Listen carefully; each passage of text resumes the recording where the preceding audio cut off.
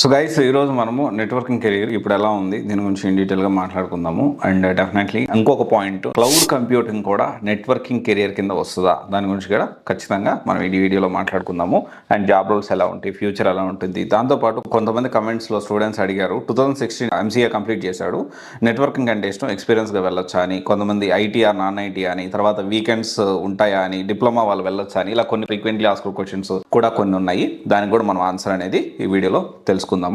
అయితే ఫస్ట్ ఏంటి అంటే నెట్వర్కింగ్ కెరీర్ అనేది ఎలా ఉంటుంది. బేసికలీ ఏంటంటే నెట్వర్కింగ్ కెరీర్ అనేది జనరల్గా మనం ప్రీవియస్గా చూసుకుంటే అసలు నెట్వర్కింగ్ కెరీర్ ఎలా ఉండేది అంటే మనకి సిస్టమ్స్ ఇంటర్నల్గా, ఎగ్జాంపుల్ నేను కంపెనీలో పనిచేసేటప్పుడు దాదాపు ఆ కంపెనీలో 60 మంది ఎంప్లాయీస్ ఉన్నారు.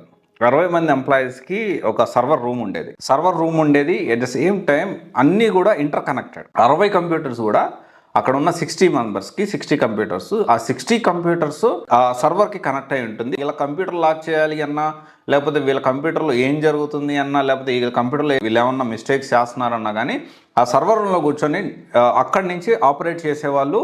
అండ్ ఫర్ ఎగ్జాంపుల్ కొంతమంది ఏం చేసేవాళ్ళు అంటే ఒక 2 సిచ్యువేషన్స్, ఒకరిని టెర్మినేట్ చేయాలి అని చెప్పి డైరెక్ట్ వీళ్ళ కంప్యూటర్ లాక్ చేసేస్తారు, ఎక్కడి నుంచి సర్వర్ రూమ్ నుంచే లాక్ చేస్తారు.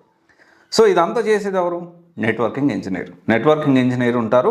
అండ్ ఎప్పుడు కూడా డే అండ్ నైట్ షిఫ్ట్ ఉంటాయి అక్కడ. జనరల్గా ఏంటి అంటే మాకు కూడా రొటేషనల్ షిఫ్ట్స్ ఉండేవి and day and night shifts అనేవి ఉండేవి. జనరల్గా ఏంటి అంటే ఈ మొత్తం కూడా నెట్వర్కింగ్ ఇంజనీరే చేస్తారు. నాట్ ఓన్లీ దిస్ థింగ్, ఇంకా చాలా ఉంటాయి. కంప్యూటర్ సంబంధించిన టెక్నీషియన్ కానీ, లేకపోతే కేబుల్ టెక్నీషియన్ కానీ, నెట్వర్కింగ్ అనలిస్ట్ అని, కంప్యూటర్ ఇంజనీర్ అని, నెట్వర్కింగ్ టెక్నీషియన్ అని, cyber security consultant, cloud architect and infrastructure engineer, ఇవన్నీ కూడా different job roles in networking career. Okay, అర్థమైంది అనుకుంటా.